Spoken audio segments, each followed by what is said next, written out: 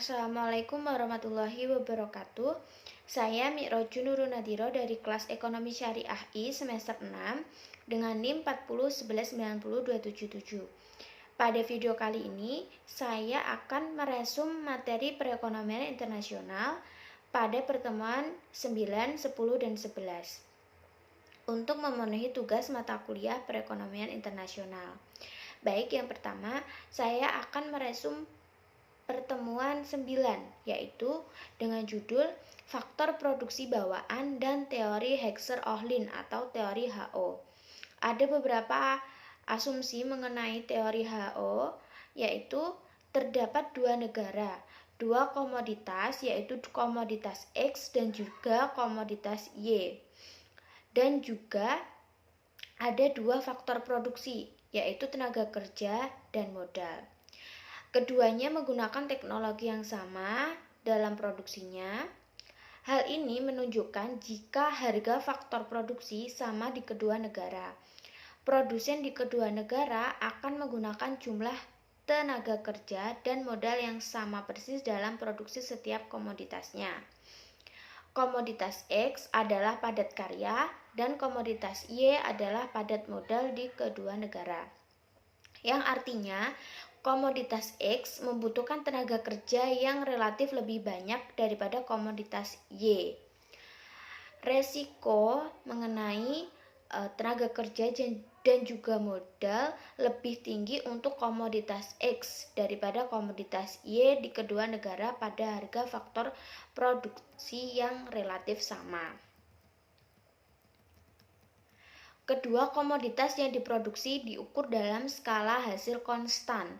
Ini berarti bahwa peningkatan jumlah tenaga kerja dan juga modal yang digunakan dalam produksi komoditas apapun akan meningkatkan output komoditas tersebut dalam proporsi yang sama.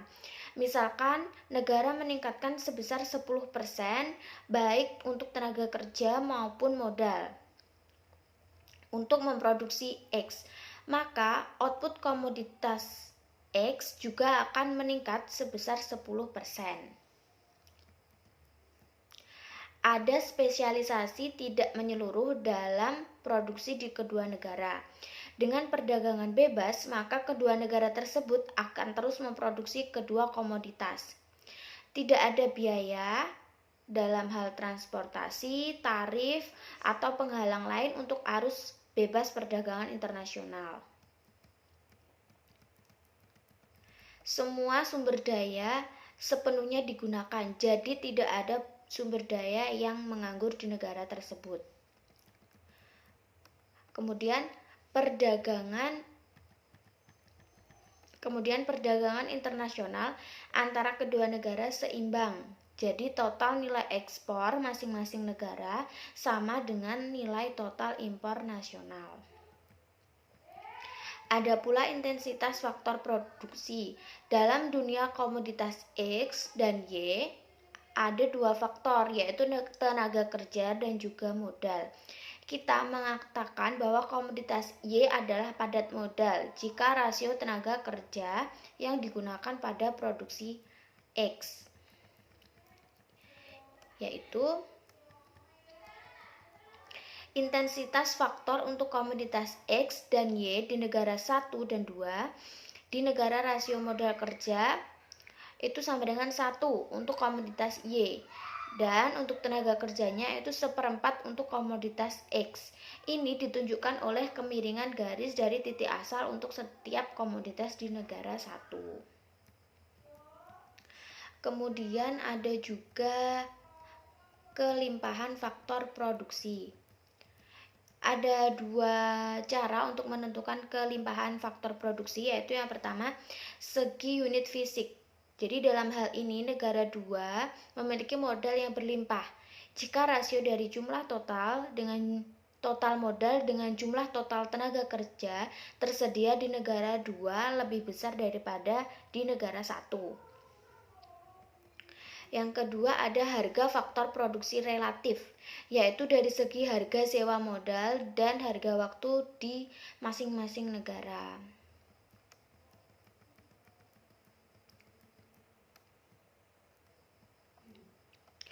Untuk model HO sendiri ada kurva yang menggambarkan, yaitu ada kurva indifference 1 sama dengan untuk kedua negara karena asumsi selera yang sama.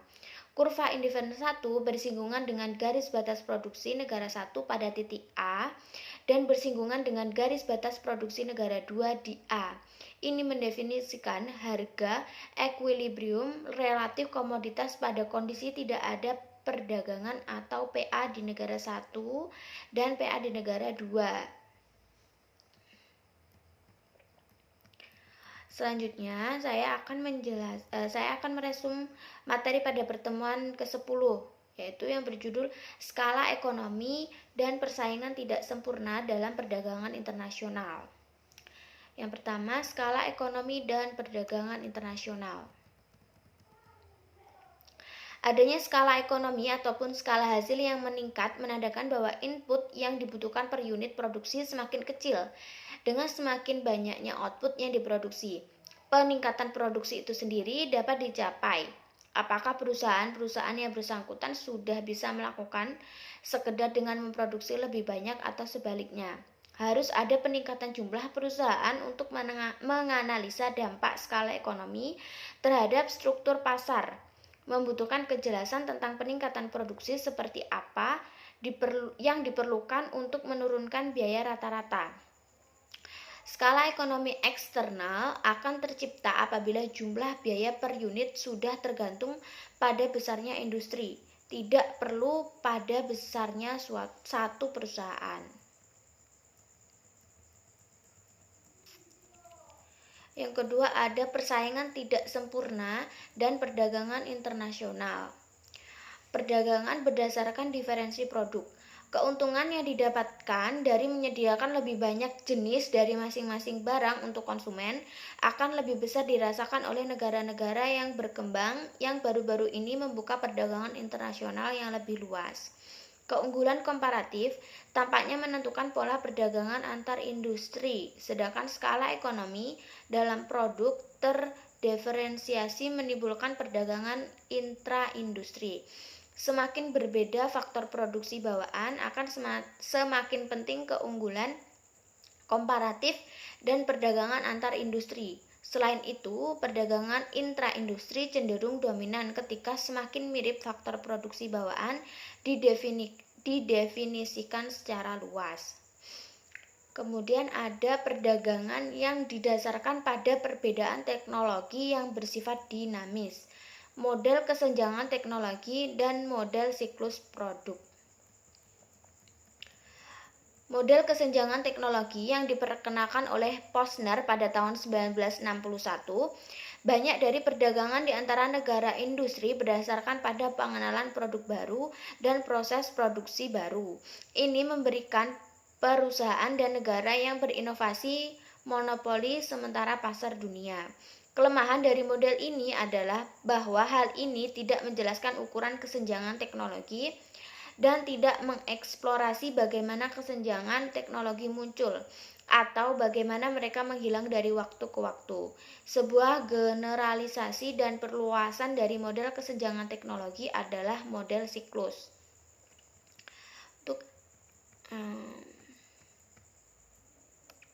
Kemudian ada biaya transportasi standar lingkungan dan perdagangan internasional. Biaya transportasi dan komoditas yang tidak diperdagangkan secara internasional. Produk homogen akan diperdagangkan secara internasional hanya jika perbedaan harga sebelum perdagangan di kedua negara melebihi biaya transportasi dari satu negara ke negara lain. Pertimbangan biaya transportasi dan logistik menjelaskan mengapa sebagian besar barang dan jasa tidak diperdagangkan secara internasional sama sekali. Biaya transportasi juga memengaruhi perdagangan internasional dengan mempengaruhi lokasi produksi dan industri. Industri dapat diklarifikasikan sebagai berorientasi sumber daya, berorientasi pasar, atau mudah berpindah. Selanjutnya saya akan meresum materi pada pertemuan ke-11, yaitu dengan judul Hubungan Pertumbuhan Ekonomi dan Perdagangan Internasional. Itu ada pertumbuhan faktor produksi. Seiring berjalannya waktu, populasi suatu negara biasanya akan berkembang. Bersamaan dengan itu, berkembang pula ukuran angkatan kerjanya. Begitu pula dengan memanfaatkan sebagian dari sumber dayanya untuk menghasilkan peralatan modal, negara meningkatkan persediaan modal. Ada pertumbuhan tenaga kerja dan akumulasi modal dari waktu ke waktu.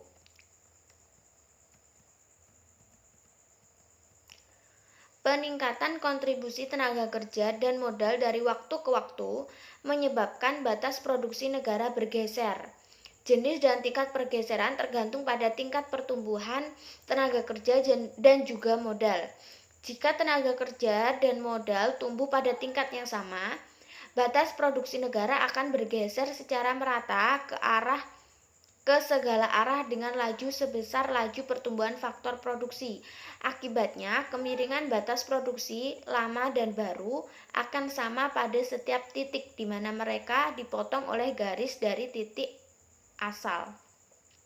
Ini adalah kasus pertumbuhan yang seimbang atau balanced growth. Kemudian ada teorema Rybczynski. Teori ini mendalilkan bahwa pada harga komoditas konstan, peningkatan kemampuan dari salah satu faktor akan meningkatkan output dari komoditas yang padat dalam faktor itu dengan produksi yang lebih besar dan akan mengurangi output dari komoditas lainnya. Yang ketiga ada pertumbuhan dan perdagangan pada kasus negara kecil. Yang A, pengaruh pertumbuhan terhadap perdagangan. Jika output dari komoditas ekspor negara tumbuh secara proporsional, lebih dari output dari komoditas yang diimpor pada kondisi harga komoditas relatif konstan, pertumbuhan cenderung mengarah pada peningkatan yang lebih besar dari proporsional dengan perdagangan dan dikatakan sebagai pro-perdagangan. Jika tidak, maka disebut anti-perdagangan atau netral. Peningkatan output memiliki efek perdagangan netral jika itu mengarah ke tingkat yang sama dengan peningkatan perdagangan. Kedua, yaitu ada pertumbuhan dan perdagangan pada kasus negara besar. Pertumbuhan serta nilai tukar dan kesejahteraan suatu negara. Ini tergantung pada selisih dari efek nilai tukar dan efek kesejahteraan. Efek kesejahteraan mengacu pada perubahan output per tenaga kerja atau per orang sebagai hasil dari pertumbuhan. Efek kesejahteraan yang positif dengan sendirinya cenderung meningkatkan kesejahteraan negara. Jika tidak, kesejahteraan negara cenderung menurun atau tetap dan tidak berubah. Jika efek kesejahteraan adalah positif dan nilai tukar suatu negara meningkat sebagai hasil dari pertumbuhan dan perdagangan, kesejahteraan negara pasti juga akan meningkat. Kemudian perubahan selera dan perdagangan di kedua negara. Dengan pertumbuhan atau perubahan selera di kedua negara, kurva penawaran ekspor kedua negara tersebut akan bergeser, mengubah volume atau nilai tukar pada kedua negara tersebut. Terlepas dari sumbernya, pergeseran kurva penawaran ekspor suatu negara terhadap sumbu yang mengukur komoditas ekspor cenderung untuk meningkatkan perdagangan pada kondisi harga konstan dan mengurangi nilai tukar pada suatu negara. Sekian video resume yang dapat saya sampaikan. Apabila ada salahnya saya mohon maaf. Wabillahi taufiq wal hidayah wa ridha wal inayah. Wassalamualaikum warahmatullahi wabarakatuh.